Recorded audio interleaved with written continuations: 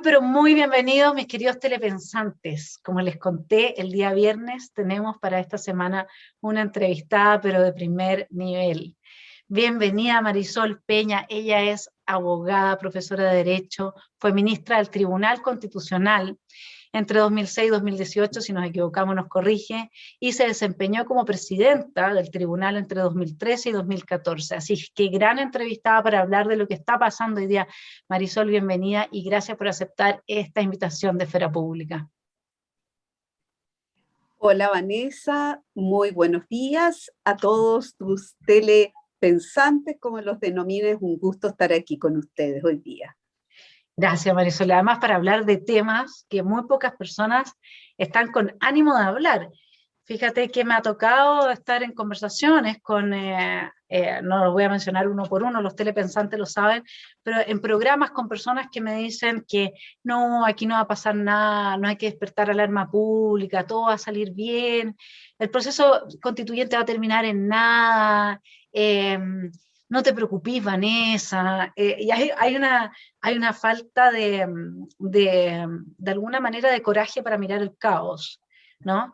Que estudiando Hannah Arendt uno analiza como una de las condiciones que llevaron al totalitarismo en Alemania, que es que la gente normal, la gente sensata, no puede creer lo que está pasando. Entonces, de alguna manera tiende a negarlo. Y aquí te quería invitar a que comentáramos uno de mis libros favoritos, La Constitución Tramposa, de Fernando Atria, y es uno de mis favoritos porque a mí que no me gusta el esoterismo, aquí como que se predijo gran parte de las cosas que pasaron. Entonces como que me quiebra, me produce una disonancia cognitiva. Mira lo que plantea Atria aquí en su página 92, dice, este debe ser el norte. Buscar creativamente formas de acumulación de poder que no alcancen a ser percibidas por el derecho. Buscar con imaginación formas de manifestación de la voluntad del pueblo en una institucionalidad que existe para neutralizar esa voluntad. Esto porque la posibilidad de éxito depende, o sea, del desmantelamiento de las instituciones y de la constitución existente, depende considerablemente, a mi juicio, de la fuerza que tenga el movimiento al momento de plantear una solución que declare superadas las trampas constitucionales y neutralizada la neutralización del pueblo. En definitiva, se trata de construir la magnitud política necesaria que permita hacer estos cambios volando bajo el radar del derecho. ¿Qué te parece a ti esta propuesta de 2011, 2012, creo que es el libro? Bueno, como tú dices, premonitoria, a tal punto que cuando el presidente de la República, el 12 de noviembre del año 2019, prácticamente a un mes del estallido social, ¿verdad?, de octubre, le propone al país 3 acuerdos, uno de los cuales es ir hacia una nueva constitución. Y a su vez los partidos políticos con representación parlamentaria recogen el guante y materializan el acuerdo del 15 de noviembre del año 2019, yo inmediatamente pensé, el gran triunfador en este momento, Fernando Atria. Yo había leído la Constitución Tramposa en un viaje en avión. A mí me toca ir a hacer clase a una universidad centroamericana una vez al año y en realidad me demoro como 8 horas en llegar, con las escalas tal vez 10, ¿verdad? Por lo tanto, me dio bastante tiempo para interiorizarme del libro de Atria y efectivamente yo consideré que el título en sí mismo era tramposo, porque en lugar de ser tramposa la Constitución, lo que era tramposa era la tesis del autor, porque involucraba una profunda crítica al tipo de democracia representativa que habíamos tenido hasta ahora, buscando radicar el poder entonces ya no en las instituciones representativas, sino en una suerte de colectivo informe, ¿verdad? Porque no podía darle forma en ese minuto, siguiendo las tesis para quienes hemos estudiado esa área, claramente a mi juicio de Jürgen Habermas y de la democracia deliberativa, donde lo importante es que las personas se comuniquen, su tesis central se basa en la acción comunicativa, que las personas dialoguen, que adopten decisiones por mayoría, sin importar la minoría. En consecuencia, estas tesis de Habermas, que son reproducidas por Atria, y por lo tanto Atria no tiene nada de original en esa materia, a su vez, a mi juicio, vienen a cristalizar las ideas de Juan Jacobo Rousseau en el contrato social. Es decir, que aquello que conviene la voluntad general, que es la voluntad de la mayoría, es lo que en definitiva debe imponerse. Y el que está en minoría, mala suerte. Para ser feliz, como diría Rousseau, solo le cabe plegarse a la voluntad de la mayoría porque no tiene ninguna posibilidad de expresar sus ideas dentro de la institucionalidad existente. Claro, incluso Rousseau dice que se le obligará a ser libre a aquel, no quiere, a aquel que no quiera ser libre. Ese es el discurso del oxímoron, que está a la base de lo que a mi juicio constituye el verdadero quiebre con la tradición occidental que vinculaba la política a la virtud, la política como aquel medio para hacer buenos a los ciudadanos, la política como aquella forma de hacer justicia entre los ciudadanos. Entonces, se entendía así y para mí Rousseau lo que permitió y abrió justamente frente a este tipo de retórica en el que siempre yo digo, por el bien de la humanidad voy a matar a todos los burgueses, por el bien de la humanidad voy a aniquilar al pueblo judío, por el bien, así funcionaron las dos grandes... Los totalitarismos de nuestro exacto, tiempo, sí. exacto. Entonces, y hoy día todo es así, porque es por el bien de la humanidad que yo te acallo a ti y ahora tengo, ellos están avanzando, ¿no es cierto?, una ley sobre el negacionismo que ha sido previamente rechazada en el Congreso, pero dentro de la Constituyente se está hablando sobre esto y se está avanzando al respecto por el bien de la humanidad. Entonces, por el bien de la humanidad terminan destruyendo todos nuestros derechos. Ahora, en la época cuando Atria escribió sobre esto, uno entendía que lo que se quería era el otro modelo, y el otro modelo es algo bastante simple de entender, en términos de que se avanza supuestamente un Estado benefactor, pero que hoy día se trata de un Estado más bien garantista, y uno podía entender desde una socialdemocracia, una centro derecha, que, ¿cuál es el problema? Bueno, aseguremos algunos derechos sociales, tratemos de que la gente le vaya mejor en sus condiciones materiales, lo que se ha llamado dignidad, que también se ha vaciado de todo contenido espiritual, racional, emocional, psicológico, o sea, se ha transformado el ser humano desde el materialismo estricto, ¿no es cierto?, en nada más que un mero medio para fines, que es lo que uno ve. Sin embargo, y ahí es donde a mí me ha llamado mucho la atención, se está avanzando algo que es distinto de eso, porque un modelo siempre se puede desmantelar, rehacer, hay matices, hay extremos, un modelo económico, ¿no es cierto? Esto no es así, sin embargo, cuando se avanza hacia un Estado plurinacional que, de nuevo, desde Jürgen Habermas, que no hay un libro más fome que yo he leído en mi vida que Facticidad y Validez. Yo decía, si la gente que tiene insomnio supiera que existe esto, no tendría que ir a la farmacia a comprar un remedio para dormir, porque yo de verdad soy buena para leer, pero ese libro sí que me mató. Entonces yo conozco bastante bien la obra de Habermas, y en Habermas todavía está esa posibilidad de diálogo. Sin embargo, el autor de cabecera del señor Atria es Carl Schmitt. Entonces, no hay, cuando nosotros avanzamos en términos ideales, en esta retórica oxímoron, claro, vemos a Jürgen Habermas, vemos la posibilidad de diálogo y vemos que la política es justamente esta construcción del mundo común a partir del uso de la palabra, ¿no es cierto? Pero, y eso también puede ser muy de Hannah Arendt, pero lo que nosotros estamos viendo en realidad que se hace es la promoción de lógicas corporativistas, de dinámicas que responden más bien a la teoría schmittiana de la acción amigo-enemigo, y por lo tanto, en lugar de un Estado plurinacional, que es lo que se ve bonito en el papel, lo que se está avanzando, o podría estarse avanzando, no sé qué opinas tú, es la balcanización de Chile. A ver, yo creo que hay varias cuestiones involucradas en tu planteamiento y conviene, yo creo que de cara a quienes nos están escuchando, desglosarla. En primer lugar, cuando Atria, y esa es la trampa, ¿verdad? Vuelvo a insistirlo, no lo dice, pero se desprende claramente de su libro, cuando Atria descalifica absolutamente el modelo de democracia representativa que hemos tenido hasta ahora y nos invita al menos intelectualmente, a avanzar hacia un modelo dialógico, ¿verdad? Como el que instala Jürgen Habermas desde la tesis de la democracia deliberativa.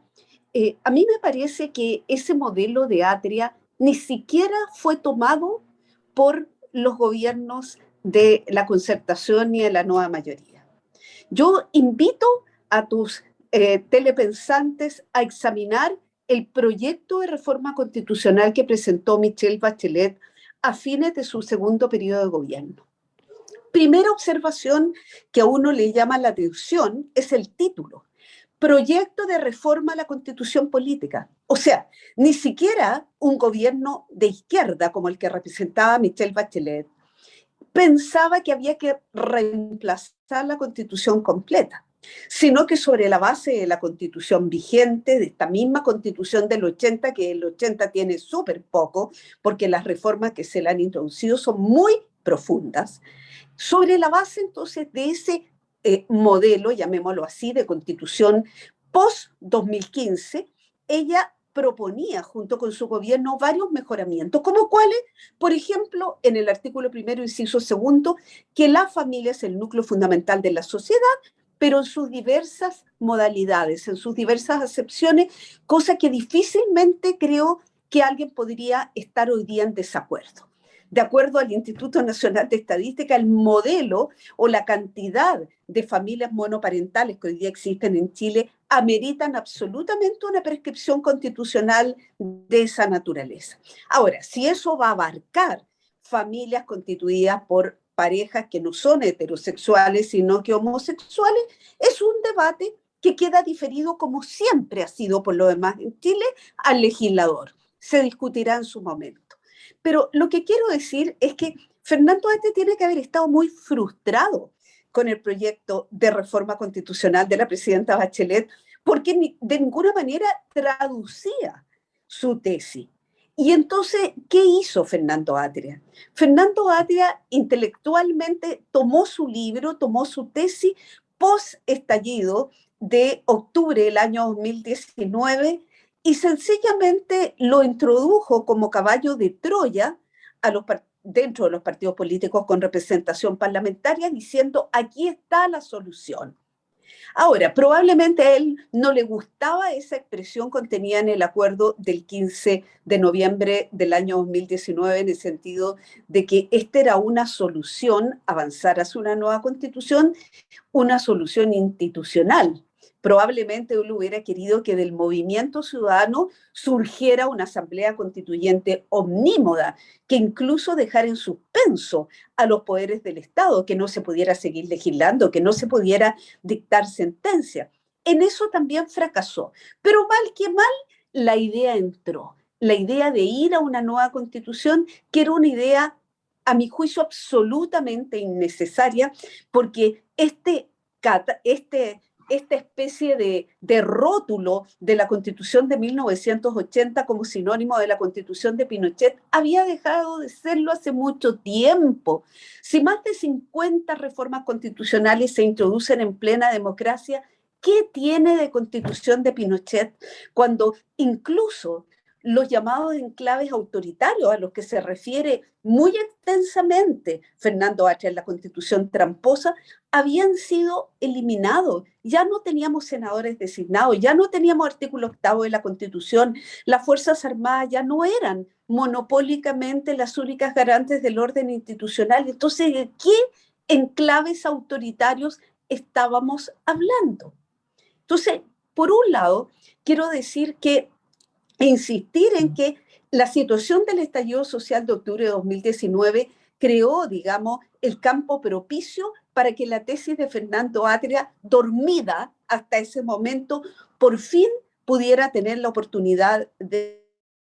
En segundo lugar, diría yo que la idea institucional que se instaló como contrapartida al modelo de Estado que teníamos, al modelo de Estado subsidiario, al cual se hacía sinónimo de la economía de mercado, y eso es un error profundo, porque es no entender que el principio básico de subsidiariedad tiene una faz activa y una faz pasiva. Uno puede entender que la faz pasiva de que el Estado se haya replicado para fomentar la libre iniciativa de los particulares, especialmente en el campo económico, tuvo mucha visibilidad, pero eso no significa que no haya existido una fase activa y que se hayan erradicado en este país los cordones de pobreza tremendo que existían, como por ejemplo aquellos que convivían en torno al Zanjón de la Guada, aquí en la región metropolitana de Santiago.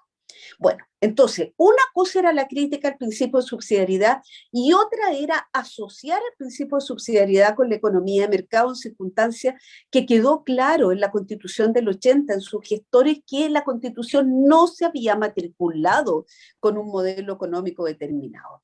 Por lo tanto, ¿qué se hizo? Empezar a instalar la lógica de un Estado todavía no plurinacional, sino que un Estado social, que es el modelo de Estado que adoptaron las constituciones de la posguerra en Europa. Estoy pensando aquí en la constitución italiana del 47, la ley fundamental de Bonn del 49 y luego la constitución española del 78, pero que se explicaban en función de la guerra que había socavado las bases mismas de la convivencia, de la paz, de la democracia en Europa. Por lo tanto, en ese tipo de naciones era justificable, era posible entender una presencia fuerte del Estado, sobre todo para favorecer la igualdad real o sustancial de oportunidades de aquellos que habían quedado sencillamente en la miseria, sin lo mínimo para vivir como consecuencia de la guerra. Este escenario dista, a mi juicio, sideralmente del que hemos vivido en Chile, porque desigualdad efectivamente existe, pero al mismo tiempo nos situábamos, según los índices del mismo Banco Mundial y el índice de Gini, entre aquellos países que tenían menores porcentajes de pobreza y desigualdad en un minuto. Los que, sin embargo, en el último tiempo se fueron acrecentando, pero ¿por qué se fueron acrecentando? Y aquí voy a quien no es mi primo, pero comparte mi apellido, a Carlos Peña. En pensar el malestar, Carlos Peña dice que obviamente las desigualdades tienden a profundizarse en una sociedad cuando las posibilidades de movimiento en la estratificación social se incrementan. Dicho en otras palabras, cuando hay mucho más familias cuyos primeros hijos han tenido acceso a la educación superior, los niveles de expectativas de esas familias empiezan a crecer en relación a lo que tenían antes. Antes querían tener hijos suficientemente alfabetizados que tuvieran un oficio para ganarse la vida. Pero cuando ya el primer hijo accede a la educación superior, por ejemplo, a estudiar medicina, becado, ya quieren que ese hijo trabaje en una clínica privada y no en un hospital público, porque evidentemente las diferencias son importantes. En consecuencia, me parece que preliminarmente, post-estallido social, se trata de convencernos de que hay que ir detrás de este modelo que ha sido exitoso en Alemania, que ha sido exitoso en otros países también, como Francia, que de alguna manera también lo sigue, acompañado de un fuerte proceso de importancia de las regiones en un estado como el francés, que fue el estado más estatista del mundo. Pero todavía no aparece el modelo del Estado plurinacional, Vanessa, sino hasta la Convención Constitucional. Entonces, si quieres, lo podríamos dejar como un tema aparte, porque el resumen de todo lo que he dicho es que la forma de desarmar el modelo es sostener que el Estado que teníamos era un Estado liberal, lo cual es una profunda mentira. No era un Estado liberal para quien, como tú y tantos de tus seguidores, han estudiado el liberalismo político, el liberalismo social, el liberalismo económico y el liberalismo cultural. Lo que teníamos era un Estado con rasgos subsidiarios que produjo en Chile muchos, digamos, beneficios a la población en términos de superación de índices clásicos de la pobreza. Por lo tanto, había que producir, estoy sintetizando, el reemplazo del modelo liberal por el de un Estado social que se caracteriza por una fuerte presencia del Estado.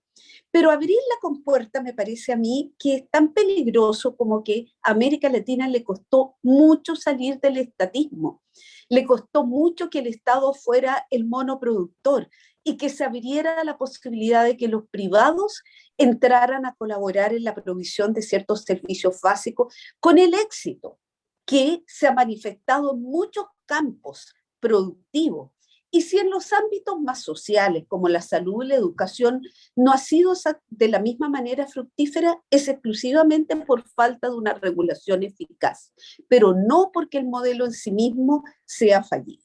Ese es el resumen de cómo yo veo la tesis de Fernando Atria y cómo se logró instalar hacia converger en el cambio del modelo de Estado que habíamos tenido hacia un modelo de carácter más social. Claro, hay varios puntos ahí. Por ejemplo, el Estado en Chile aumentó su gasto en un 70% entre 2010 y 2018, 70%, y sin embargo, cuando nosotros vemos la eficacia, la eficiencia de ese gasto, es muy baja, tanto así que Alemania tiene más o menos los mismos índices de desigualdad antes del Estado que existen en Chile. El problema es que post-Estado nosotros aumentamos los índices de desigualdad y Alemania los reduce, sobre todo en estos últimos 10 años en que, como tú bien dijiste, yo diría para mí, como liberal, que también tuve mi tránsito por una izquierda crítica de un neomercantilismo en el fondo, porque se habla de neoliberalismo, pero lo que padece una de las lacras culturales que tiene Latinoamérica es un neomercantilismo. Adam Smith se manifiesta en contra de que, de que ciertos sectores de empresarios se coluden con el poder político para capturar porciones de mercado y en vez de beneficiar al público, establecer precios altísimos respecto porque no tienen competencia. Y eso es un mal que carga en Latinoamérica y que empezó a darse muy fuertemente al interior del sistema político chileno en la medida en que no hubo recambio de las élites en los partidos y se mantuvieron ahí. Y la gran frustración para alguien que es liberal es que el Estado de Derecho no funcionó. Es decir, ya sabemos que tenemos un problema mayor ahí respecto de cómo los delitos de cuello y corbata y temas que se han hablado tanto, es casi como un cliché. El problema es que nunca nadie le pone el cascabel al gato, porque puede ser porque la pecera sea muy chica y luego todos tengan tejado de vidrio. A veces uno se hace ese tipo de cuestionamientos, pero efectivamente yo diría que en lo menos liberal y lo que más ha fallado este Estado en el último tiempo ha sido, por una parte, en la eficacia y eficiencia de la inversión de los recursos. No tenemos fiscalización de la política pública. 8 de cada 10 políticas públicas no pasan la nota 4, no son aceptables en cómo funcionan. Y por otra parte también un poder judicial, no sé cómo lo ves tú acá, que quizás lo que faltó en la constitución que teníamos era afinar mejor el sistema check and balance, como para que hubiese podido realmente ser un engranaje en el equilibrio frente a un poder político que parece haber avanzado mucho sus tentáculos hacia el interior del poder judicial. ¿Cómo ves tú esa? Sí, yo creo que si uno revisa los manuales, los textos de derecho constitucional y derecho político que se han producido en todas partes del mundo, ve que uno de los temas álgidos es el del sistema de nombramiento de los jueces. ¿Por qué? Porque su incidencia en la independencia judicial, por ejemplo, en el juzgamiento de los delicados temas que vinculan la política con el dinero, eh, justamente hace un punto crítico cuando los jueces no son independientes. Por lo tanto, yo diría que en Chile se optó, en la actual constitución aún vigente, por un sistema que es salomónico, que hace intervenir a los tres poderes del Estado, pero el resultado ha sido indudablemente pernicioso y ha afectado no solo a los magistrados de la Corte Suprema, recordemos que se nombran sobre la base de una quina elaborada por la Corte Suprema, de la cual el presidente de la República escoge un nombre que debe ser sometido al acuerdo del Senado por los 2/3 de sus miembros. Y algo similar ocurre con el nombramiento de a lo menos 4 ministros del Tribunal Constitucional que son designados por la Cámara de Diputados con aprobación del Senado o bien directamente por el Senado por mayoría de sus miembros. Por lo tanto, lo que hemos visto es que eso ha dado pie para la instalación de la lógica del cuoteo político.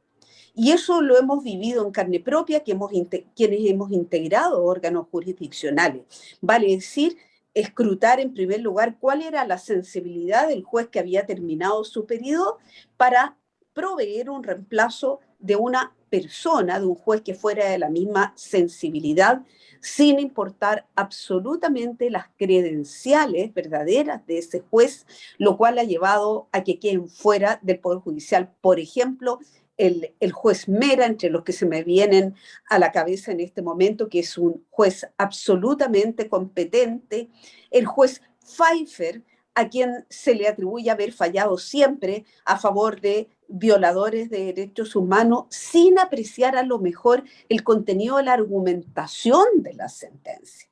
Si no es que un juez resulte proclive a uno u otro grupo de la sociedad, como tampoco hemos existido jueces que seamos partidarios favorables del aborto. Lo que pasa es que lo que hay que atender es al razonamiento contenido en la sentencia. Ahí está la prueba de la independencia del juez. Y efectivamente, Vanessa, yo creo que ese es uno de los checks and balances que no han funcionado, Yo misma tuve la oportunidad de alegar ante la Corte Suprema la petición que hizo el fiscal nacional del Ministerio Público,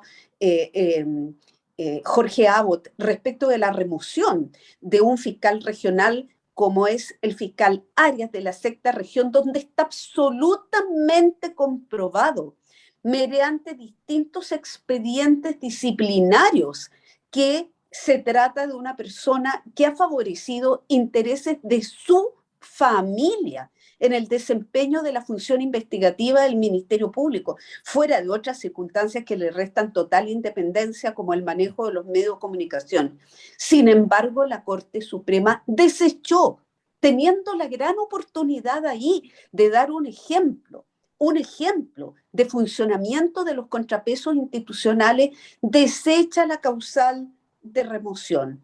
Y la desecha casi por una razón de detalle, que es decir, mire, este señor ya fue juzgado disciplinariamente, por lo tanto, esto de que haya una responsabilidad constitucional no nos convence. Pero ¿cómo nos va a convencer cuando el recurso a la Corte Suprema está establecido en la propia Constitución? Entonces, pongo este ejemplo, que yo lo viví muy personalmente, porque lo alegué, creo que con una convicción que pocas veces había tenido antes en mi vida y me dio un portazo frente al sistema jurisdiccional, y creo que en ello intervienen precisamente factores que no tienen que ver con la objetividad del juzgamiento.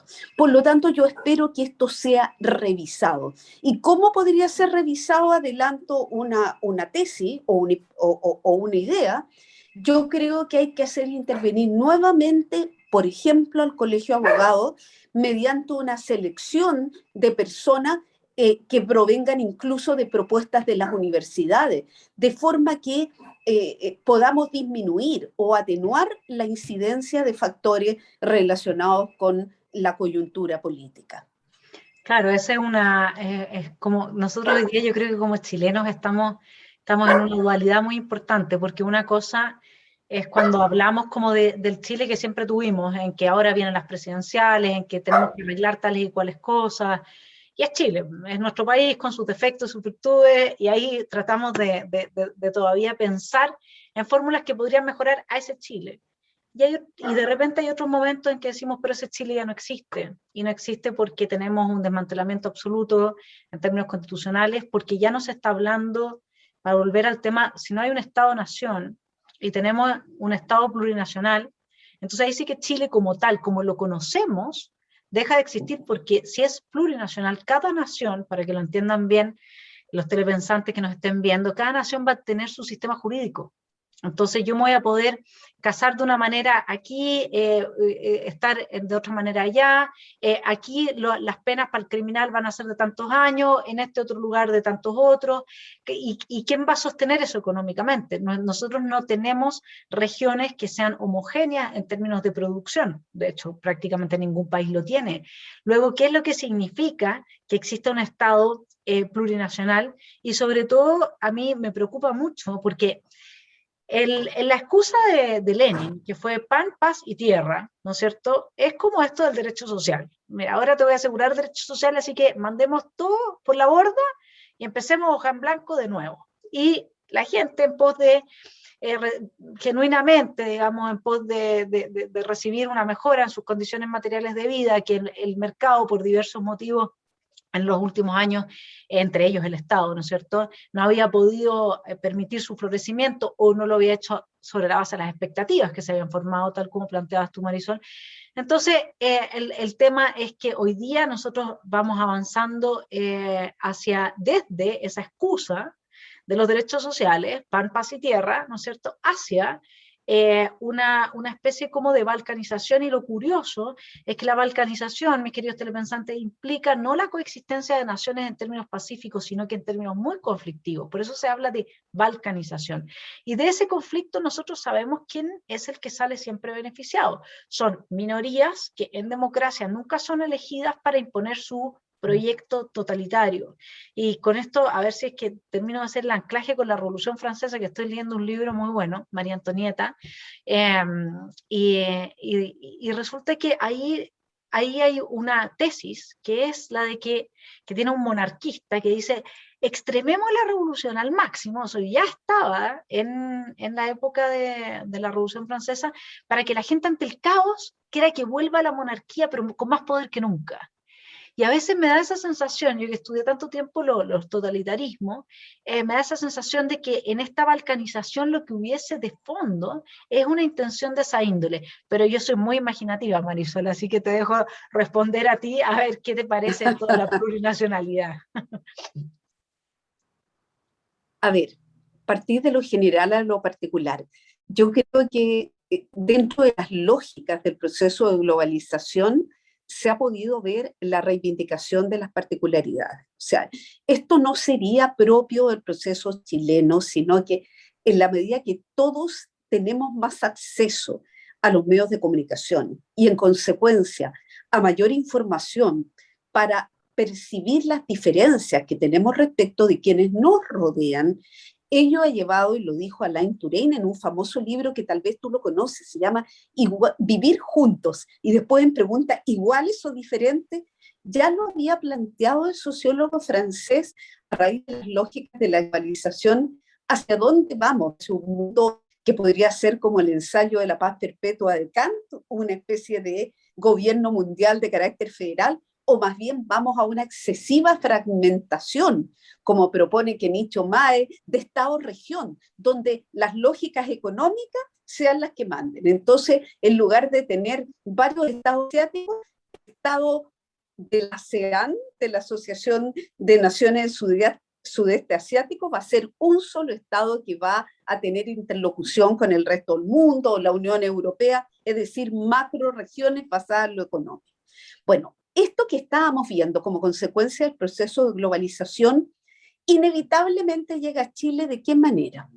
Llega, creo, con la visibilización de la causa indígena, que yo la vi ya en Guatemala. Yo viví un año en Guatemala, así que tengo una experiencia muy cercana a lo que sí creo que es un Estado plurinacional, por lo menos porque es un Estado que tiene más del 50% de población indígena. Aquí el porcentaje de población indígena supera apenas el 10%, está alrededor del 11% de la población total del país. Muy digno por lo demás, pero creo que conviene estadísticamente hacerse la pregunta: ¿somos estadísticamente igual que Bolivia, estadísticamente igual que Guatemala? Y ahí digo, en Guatemala yo vi cómo la visibilización del movimiento indigenista logró llevar a Rigoberta Menchú, a la líder del pueblo maya, a obtener el Premio Nobel de la Paz. Si los medios de comunicación, si las redes sociales no hubieran servido al propósito de difundir las particularidades de este grupo tradicionalmente excluido, ni Rigoberta Menchú habría ganado el Premio Nobel de la Paz, ni tampoco sabríamos, ¿verdad?, de las desventuras que las tiene el pueblo maya en el estado de Guatemala. En Chile creo que hemos tenido la misma lógica. Los líderes de la causa indigenista, como Aucán, Huilcamán, se han formado en Europa. Por lo tanto, ellos han usado todos los beneficios propios de la globalización y la difusión de las redes y de los canales de información para plantear las deudas que ellos llaman históricas históricas de la República de Chile con la causa indigenista que se remontan a los tiempos anteriores a la colonia. Es decir, es un tema que tiene que ver con el hecho de si fue justo o no que los españoles se instalaran en tierras que ancestralmente pertenecían a sus pueblos y que prácticamente los expulsaran sin derecho.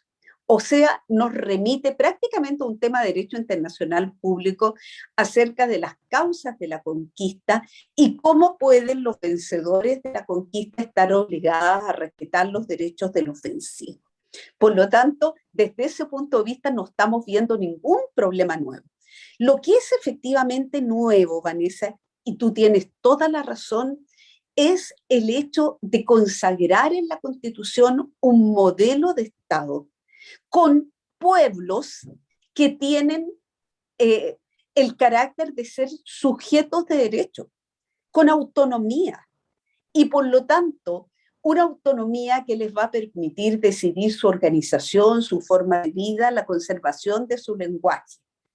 En consecuencia, si en la Convención Constitucional, yo lo dije el otro día bajo esta fórmula, estamos viviendo una especie de Torre de Babel, porque la señora Francisca Linconao insiste en hablar mapudungún, cuando ella conoce perfectamente el castellano, y nadie le está desconociendo su lengua originaria, solamente le estamos pidiendo que acepte comunicarse y dialogar de una forma en que todos podamos converger y todos entendamos en la Convención Constitucional, que es mediante el uso del idioma castellano. Por lo tanto, si la señora Linconao quiere hablar mapudungún, que lo haga, pero que no obligue al Estado a traducirle, a contratarle un traductor. Ella misma debe traducir. O sea, ahora convencionales constituyentes, lo que estoy diciendo es y explicarlo en castellano. ¿Qué pasaría, Vanessa? Y miremos los ejemplos cercanos con un Estado plurinacional como el que tiene Bolivia aquí al lado. Los problemas de justicia que se han producido son atroces, porque evidentemente los modelos de juzgamiento y la sola tipificación de conductas delictivas que son acordes a la idiosincrasia y a la cultura de los pueblos originarios no tienen nada que ver con las definiciones que se contienen en el Código Penal boliviano. Por lo tanto, a mí me han dicho jueces del Tribunal Constitucional Plurinacional de Bolivia que ellos han visto tremendamente dificultados a la hora de hacer conciliar sistemas que no conversan, sobre todo cuando una de las partes le dice, usted no me puede obligar a plegarme a lo anterior, ni siquiera sobre la base de buscar principios comunes. ¿Por qué? Porque yo tengo autonomía. Entonces, claro, si uno extrema este problema, puede producirse una balcanización. Podemos llegar a un momento en el cual la interpelación al Estado de Chile sea efectivamente la reivindicación ya no de comunidades autónomas como las que han existido en España desde la Constitución del 78, sino que de pequeños estados dentro de los estados y que llevaron, por lo demás, como todos sabemos, a la desaparición del Estado de Yugoslavia. Ahí está la esencia, creo yo, tratando de interpretar tu tesis del proceso de balcanización al que podríamos llegar en el caso de extremarse la reivindicación de la pluralidad y la diversidad. Dicho en otras palabras, yo creo que la democracia, estoy firmemente convencida, supone aceptar la pluralidad, respetar la diversidad, pero sobre la base de ciertos principios comunes que nos definen y que hasta ahora se habían llamado los principios propios del Estado-Nación. Claro, yo estoy muy de acuerdo contigo y también veo que hay un efecto muy positivo en la integración y en el reconocimiento de los diversos valores que tienen las manifestaciones de los diversos tipos de vida que se pueden dar bajo un contexto democrático, no así bajo otro tipo de regímenes en que no tenemos diversidad de tipos de vida, solamente bajo la democracia constitucional. Es que nosotros vemos, no bajo la democracia popular, es que nosotros vemos esa manifestación y por lo tanto siempre es deseable su integración, porque todos formamos parte de la misma realidad. Sin embargo, el problema aquí yo tengo cómo han tratado, digamos, institucionalmente en la Constitución de Ecuador de 2008, en el artículo 257, el tema de la plurinacionalidad, para que los telepensantes se hagan una idea bien clara de qué es lo que se está hablando. Se dice, en el marco de la organización político-administrativa podrán conformarse circunscripciones territoriales indígenas o afroecuatorianas que ejercerán las competencias del gobierno territorial autónomo correspondiente y se regirán por principios de interculturalidad, plurinacionalidad y de acuerdo con los derechos colectivos. ¿Cuál es mi alarma frente a esto? No es que exista multiculturalidad, sí es en parte que se desestructure el Estado-Nación, que no exista por lo tanto un Estado de derecho, no existe igualdad ante la ley entre quienes habitan un país. Me parece que lo deseable es avanzar en mejorar la igualdad ante la ley y su aplicación, y no lo contrario, y creo que aquí se forma una situación que apunta hacia lo contrario. Pero lo que más me preocupa es que hay dos situaciones que están haciendo que esta plurinacionalidad difícilmente se conserva en términos ideales y fácilmente transite hacia la balcanización. ¿Y por qué lo digo? Lo digo porque primero tenemos el problema del narcotráfico. Nosotros sabemos que esencial al desarrollo de actividades productivas de narco es el debilitamiento del Estado-Nación. De hecho, Afganistán tiene el tema, ¿no es cierto?, con el opio, y a Colombia lo que más necesita este tipo de criminalidad es la ausencia del Estado. Y eso lo estamos viendo en Tirúa y en todas aquellas partes de la macrozona sur en que simplemente ya hoy día ni la PDI ni Carabineros puede entrar, ni se puede imponer el imperio de la ley. Y entonces, por una parte, tenemos eso y los constituyentes no reconocen que hay terrorismo en el sur. Y nosotros tenemos cada día más y más víctimas y esto como que nadie lo ve. Como que yo no sé si hay que esperar a que la víctima sea el primo de uno o el hijo de uno, ojalá que no, pero no hay lo que Hannah Arendt llamaba el pensamiento extensivo, esta capacidad de ponerme en el lugar de un otro, aunque no conozca directamente a ese otro. Este es un fenómeno que ha ido ampliándose a niveles gigantescos de tal índole que el solo robo de la madera ha aumentado de tener una ganancia de 22 millones de dólares en 2 años a 78 millones de dólares. Imagínate cómo ha avanzado este fenómeno en solamente 2 años. Entonces, yo por un lado tiendo a relacionar el avance de esta estructura plurinacional en un país donde además, como dices tú, un 10% de las personas serían, digamos, según los cánones internacionales, identificadas como miembros de pueblos indígenas. Lo que además habría que empezar a trabajar es si son indígenas u originarios, porque acá hay varios historiadores que dicen que el pueblo mapuche llegó a echar a un pueblo que estaba antes acá, y por lo tanto tampoco sería originario, sería indígena nomás. Entonces podemos ir ad infinitum, digamos, ¿no es cierto?, hasta ver además cuál es la deuda histórica, qué se salda, porque Aucán Wilcamán, el concepto de deuda histórica que tiene es esclavizar al resto del pueblo chileno durante los próximos 500 años en pos del beneficio de un grupo que constituye el 10% de la población. Entonces yo por eso, por un lado, me preocupa mucho esto de avanzar en el Estado plurinacional, no por el reconocimiento y no por el aprecio que tiene que haber a los diversos tipos de vida, sino que primero que todo porque estamos en un contexto de narcoterrorismo que ha ido avanzando a niveles gigantescos. No nos olvidemos que Carlos Montes, Maite Orsini, Cecilia Pérez, Máximo Pacheco, Óscar Landerreche, todas esas personas antes del estallido dijeron, ojo, que hay un tremendo problema en el vínculo entre el narcotráfico y el Congreso y la política, y hoy día ya se habla de narcopolítica. Y el otro asunto es un tema moral. Hay un columnista, Sebastián Soto, que publicó lo siguiente, dice: la izquierda en su interior camina sobre la culpa y el complejo que ha sembrado con éxito cierto discurso indigenista latinoamericano. Ello terminará por transformar en hegemónicas las aspiraciones de los representantes de los pueblos originarios. En otras palabras, no hay fuerza ni posiblemente voluntad suficiente para oponerse a cualquier agenda en materia indígena, por lo que crecientemente esta terminará capturando la nueva constitución. Uno es un tema pragmático del narcoterrorismo, el otro es un tema moral, teórico. que está a la base de la posibilidad de legislar una nueva constitución. ¿Cómo ves tú, Marisol, estas dos colas del monstruo? Bueno, mira, a mí me impresionó mucho la entrevista del Mercurio de ayer. No sé si tus telepensantes, tú la habrás leído, de Benito Baranda.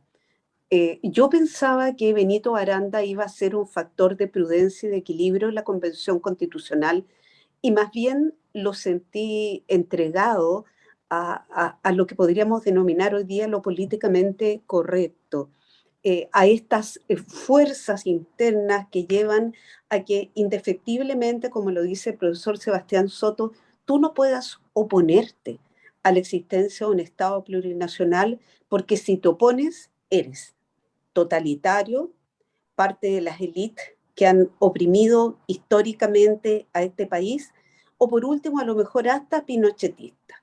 O sea, te van a atribuir o te van a endilgar una serie de atributos o características por el hecho de no estar matriculado en lo que hoy día parece lo políticamente correcto. A mí lo que me complica es que un factor que tú has puesto de relevancia, que es el factor de la unidad, yo no lo siento presente hoy día en la Convención Constitucional. De alguna manera, el discurso original de la presidenta Elisa Loncón el día 4 de julio, cuando se instaló la convención, nos hizo soñar con eso. Cuando nos decía esta va a ser la convención de los niños, de los jóvenes, en fin, de todos y todas, como se dice hoy día, chilenos y chilenos. Pero en la medida que ha ido avanzando el trabajo en la convención, ¿qué hemos visto? Hemos visto profundas exclusiones, hemos visto discriminaciones institucionalizadas. Primero de Jorge Baradit contra un convencional de RN, Luciano Silva, al cual le ha dicho, qué bueno que ahora estén sufriendo un poco lo que nosotros sufrimos. Eso no es un discurso de unidad. O cuando se pretende excluir a don Jorge Arancibia, que ha sido elegido democráticamente, es decir, con las mismas credenciales que los otros 154 miembros que componen la Convención Constitucional, de parte del debate de la Comisión de Derechos Humanos, a la cual él ha querido aportar con toda su expertise de hombre público, de ex senador. Eso no favorece la unidad, y la presidenta de la convención guarda silencio frente a estas situaciones. Entonces, a mí lo que más me preocupa es que si no se rescata el valor de la unidad y el valor de la unidad de una nación que puede construirse con reconocimiento de las diferencias, porque Suiza, por ejemplo, hoy día es un estado ejemplar compuesto de 3 naciones que en los diferentes cantones han logrado mantener sus características originales constitutivas. Por lo tanto, tenemos un ejemplo histórico en que, sin romper la lógica del Estado-Nación, pueden convivir distintas particularidades. Y ese yo creo que es hoy día el gran dilema, el gran peligro al que nos enfrentamos, porque me parece, como dice Sebastián Soto, que aunque levantáramos con fuerza argumental el ejemplo de Suiza o las ventajas que tiene construir una nación unida para fortalecer el Estado, incluso dentro de la arena internacional, ese discurso caería en oídos sordos. ¿Por qué? Porque se ha instalado esta lógica de que lo que es políticamente correcto es que se dé vuelta como una especie de reloj de arena, se dé vuelta, y entonces la arena hoy día esté constituida por todo lo que históricamente y bajo una percepción que uno podría estimar tiene muchos rasgos de subjetividad. Esas personas que se han estimado vulneradas, atropelladas, tengan el control, pero tengan el control no para pensar el Chile de todos, sino que tengan el control sobre la base de la venganza, sobre la base de una reivindicación que está basada en fuertes resentimientos y, por qué no decir, también en el odio de muchos hacia quienes representamos a lo mejor una raza distinta, una historia distinta, pero que al final del día, por Dios, llevamos la misma sangre que ellos. Sí, según los estudios, el 97% de los chilenos tienen un alto, somos todos producto del mestizaje, entonces acá lo que tendríamos que empezar a instalar son criterios quizás de análisis genéticos para ver quién es más puro y quién es menos puro. Me suena bastante nazi, digamos, la historia, para saber quién se puede Obvio. considerar miembro del pueblo originario y no, y luego también habría que entrar a ver cómo lo hacemos con la deconstrucción, porque si yo me autopercibo mapuche, nadie me puede decir que no, digamos. ¿Mm? Porque si yo hoy día cada quien se autopercibe como quiere autopercibirse también, entonces... A ver, ojo, ahí te interrumpo en ese punto, porque la ley indígena ha intentado avanzar con ciertos criterios bajo los cuales tú puedes optar a inscribirte en el Registro Nacional Indígena, pero eso tampoco tiene valor, porque hoy día toda la institucionalidad está cuestionada, porque la institucionalidad es el reflejo de las élites económicas, de los grupos de poder que trataron de imponerse unos por sobre otros. Entonces, es súper complejo. Yo me opuse históricamente a la idea de concebir a la Constitución como una hoja en blanco. Y estos límites que están concebidos y contemplados hoy día en el artículo 135 de la Constitución, respetar el carácter de república del Estado, el carácter democrático, los tratados internacionales ratificados por Chile vigentes y las sentencias ejecutoriadas, tú ves cómo en la práctica van siendo sorteados por el lado y como no hay órgano, recordémoslo aquí esta mañana, no hay órgano que pueda controlar el incumplimiento de los límites materiales por parte de la Convención. Nos vamos a encontrar con un producto, si es que esto llega finalmente a un producto. Yo tengo algunas razones para dudar respecto de los posibles consensos que pudieran arribarse en los temas sustantivos. Bueno, pero suponiendo que esto llegue realmente a un consenso y el pueblo de Chile dice en el plebiscito de salida, esto no nos representa. ¿Qué significa eso? ¿Significa necesariamente el caos? ¿Significa que los vencidos, entre comillas, van a tener patente de corso abierta para lanzarse a las calles a exterminar a aquellos que hayamos dicho no a un proyecto de constitución que no nos representa? Entonces, esto no es, creo, necesariamente una visión catastrofista. A mí me preguntó un periodista, con esto termino el otro día, pero usted está optimista o pesimista frente a la convención. Y yo le dije, a mí me cuesta estar pesimista, probablemente porque soy naturalmente optimista. Nací así, es parte de mi ADN. Pero si usted me pregunta, yo tengo un 35% de optimismo y un 65% de pesimismo en base a las coordenadas con las cuales hasta ahora ha desarrollado su trabajo la Convención Constitucional. Sí, y ahí la pregunta es muy válida que tú haces, y, y, y porque en el fondo nos permite explicar el origen y también en qué puede terminar esto. Y está anclado a la sobrevivencia del Estado-Nación. El uso de la excusa de los derechos humanos, porque si se vuelcan las personas que se enojen, porque una mayoría de chilenos decide que no los representa el proyecto que se propone en ese plebiscito. Y se vuelcan esas personas a agredir a los otros. Y entonces el gobierno de turno saca a carabineros a la calle a defender. Bueno, ese gobierno de turno va a estar violando los derechos humanos bajo todos los... Estoy simplificando y caricaturizando, yo lo sé, sin duda que pueden haber habido casos que hayan sido complicados y que todos esos casos tienen que ser tratados y hay que ajustar los procedimientos a la ley, etcétera. Sin embargo, nosotros sabemos perfectamente que desde la izquierda los derechos humanos solamente pueden ser vulnerados por el Estado. Lo que daña o altera cualquier sentido común en la medida en que yo no puede ser que no pueda decir que la FARC o no pueda decir que el MIR o que la CAM no violan los derechos humanos cuando mata a una persona o cuando le impide su libertad de expresión o su libertad de movimiento. Pero hay un sector de la izquierda importante, y tú lo conoces mejor que yo, que lo que plantea es que solo el Estado viola los derechos humanos.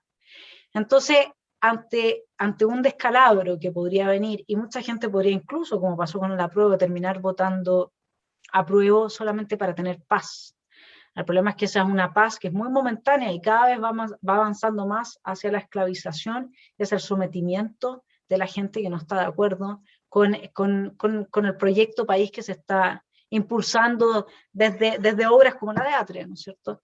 Entonces uno se pregunta, ahí hay una intervención internacional importante, ahí hay una extorsión muy importante hacia la posibilidad del gobernante de hacer uso del poder coercitivo, que es el que monopoliza el Estado justamente para entregar lo básico y primario a su población, que es seguridad frente al ataque de su conciudadano en caso que se dé.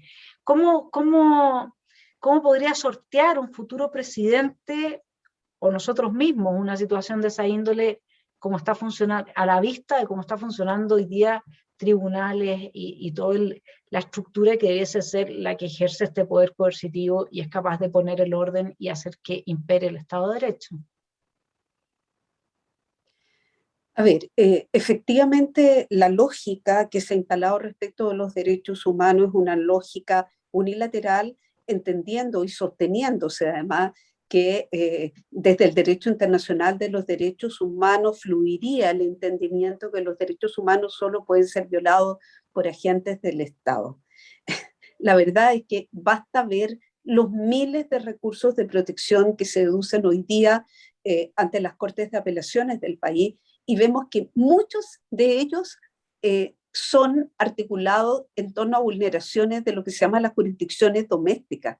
Vale decir, un miembro de un club determinado, yo he visto hasta de un club de tiro y caza, o un miembro del cuerpo de bomberos que alega las infracciones respecto de derechos humanos básicos como el debido proceso legal por parte de una entidad que es absolutamente privada. Querría decir entonces que todos esos recursos de protección que han fallado en favor de los derechos humanos vulnerados de los miembros de esas jurisdicciones domésticas o de otro particular que sencillamente corrió su pared medianera abusando de su derecho a propiedad en perjuicio de otro, todas las sentencias que hayan favorecido esos derechos serían, desde luego, ilegítimas desde el punto de vista del derecho internacional de los derechos humanos.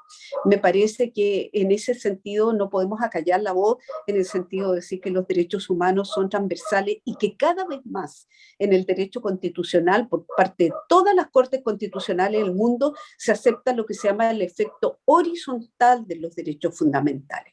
Vale decir que estos también se pueden predicar entre privados para hacer que se respeten recíprocamente las esferas propias del derecho de cada quien. Ahora, ¿cómo hacer cuando los cuerpos de seguridad están tan deslegitimados? ¿Y para qué decir cuando las Fuerzas Armadas son requeridas para colaborar con los cuerpos policiales, como ha sucedido no solo en nuestro país, sino que en Brasil? Para combatir el narcotráfico al interior de la favela se ha tenido que desplegar no solamente la policía brasileña, sino que las Fuerzas Armadas brasileñas ante la incapacidad de los cuerpos policiales, apoyando no solo en inteligencia, sino que también desde el punto de vista operativo. Entonces, ¿cómo lo hace un Estado frente a esta marea? Yo creo que el Estado desde ya debiera solicitar si en el escenario que estamos aquí imaginando, ojalá no se diera, ¿verdad? Se produjera una situación de tal vulneración de los derechos de los vencidos frente a los supuestos vencedores, yo creo que hay que partir por conseguir un apoyo internacional.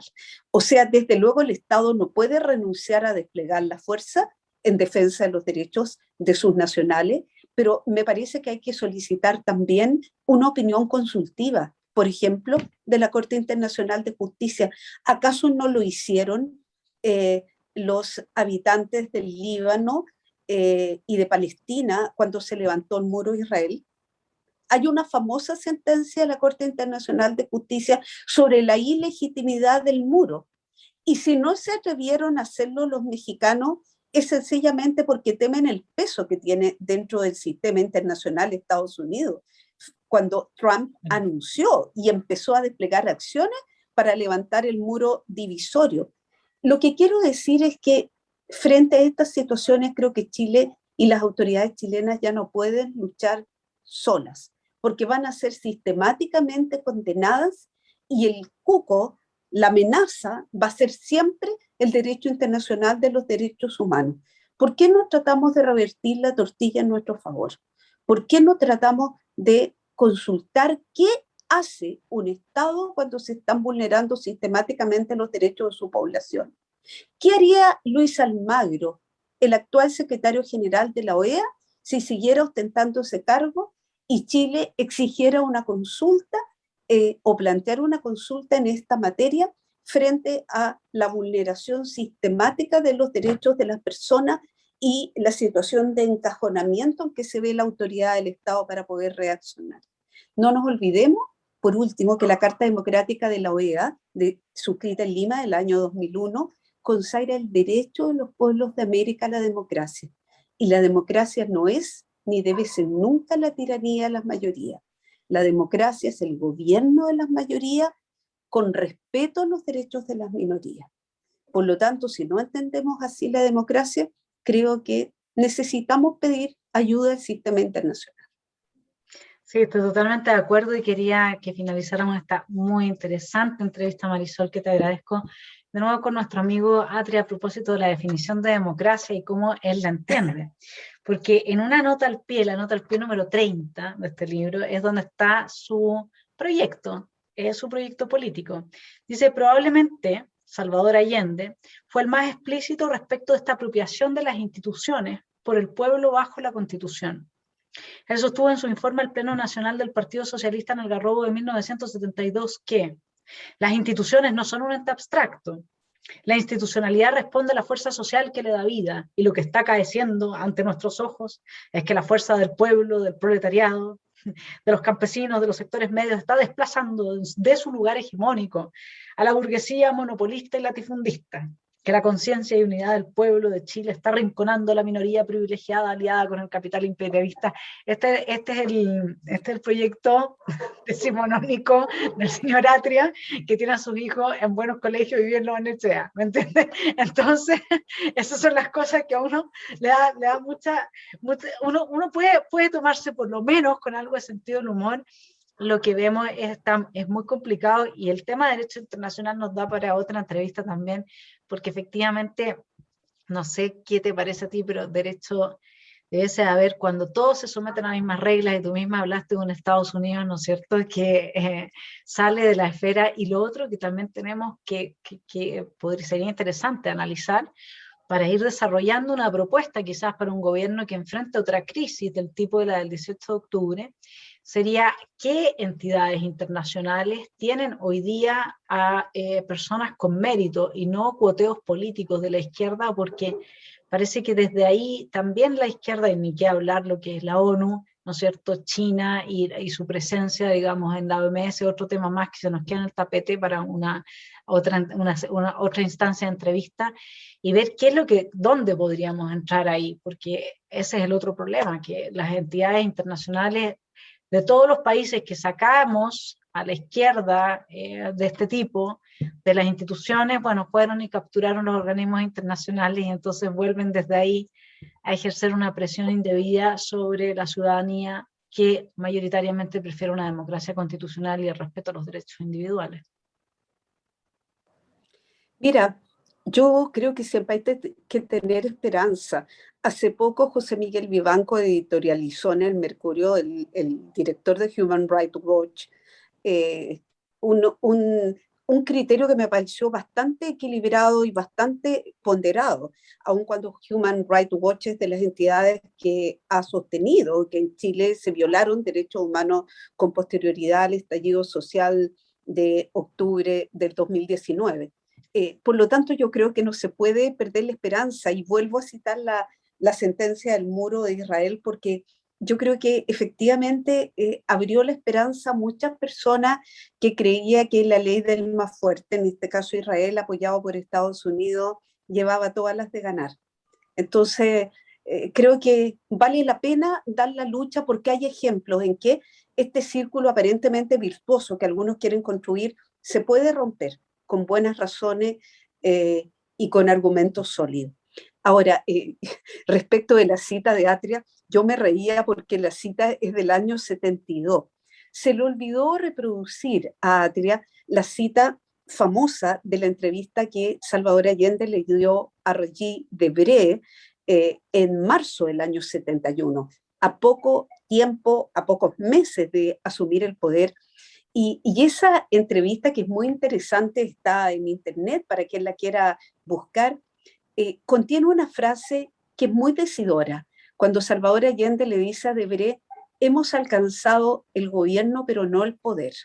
Yo quiero tratar de trasladar esa frase a fines del año 2022.